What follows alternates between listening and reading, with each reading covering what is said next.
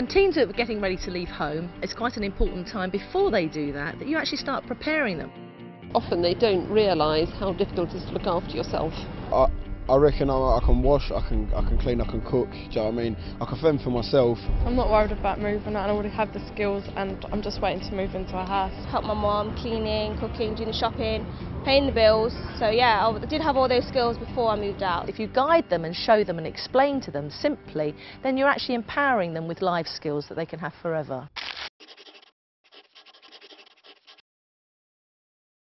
It's a good idea actually to teach your kids to budget, even through right at the beginning. You can show them that with pocket money and helping them save, teaching them to budget for what they want to save up for or buy, and to actually teach them how to feel confident around money and using money to its best advantage for them. It's very easy to get into debt and then actually say, oh my goodness, how am I going to pay all of that back? Which is quite a hard lesson to learn if you've made that mistake. Sometimes families, cousins and aunties and uncles as well as yourself, probably want to give them something to leave home with. So actually you can make it quite practical. I know it's not really romantic to get an ironing board, but actually it's really practical and really helpful, and an iron, things like that, or a set of cutlery or saucepans. That's something that people can give you as a gift perhaps, or you can actually go and source that perhaps from second-hand shops sometimes, or car boot sales if you want to.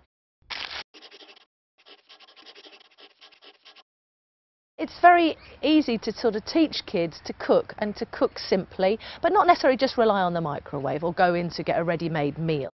Cooking I'm quite good, but I did live on cheese for the whole of my first year, fried cheese sandwiches and pizzas especially, and I put on 1.5 stones. Teach them simple food like cooking a pasta, cooking chilli, or cooking a Sunday roast with vegetables, thinking about fruit. So keep it simple, but empower them, don't rescue them.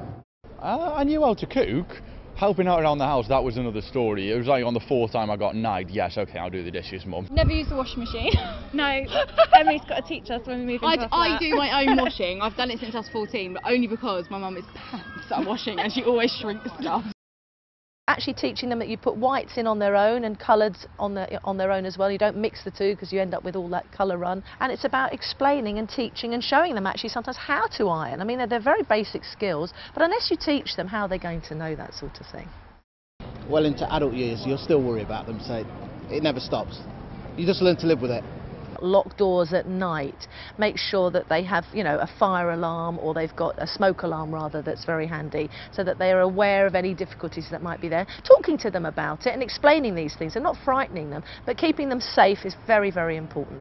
Nowadays, with texting, with phones, with all the social networking things that we have and all the technology, kids don't have to feel alone when they leave. It's nice having a lot of freedom. That was really good. But it's horrible because I missed everyone at home as well. It is a time of growth, but it's also a time of quite scary incidences and new experiences that perhaps they haven't had before. And to come home, it gives you that security. You pick yourself up, you get a dust off and a hug, and you go back out again to start again.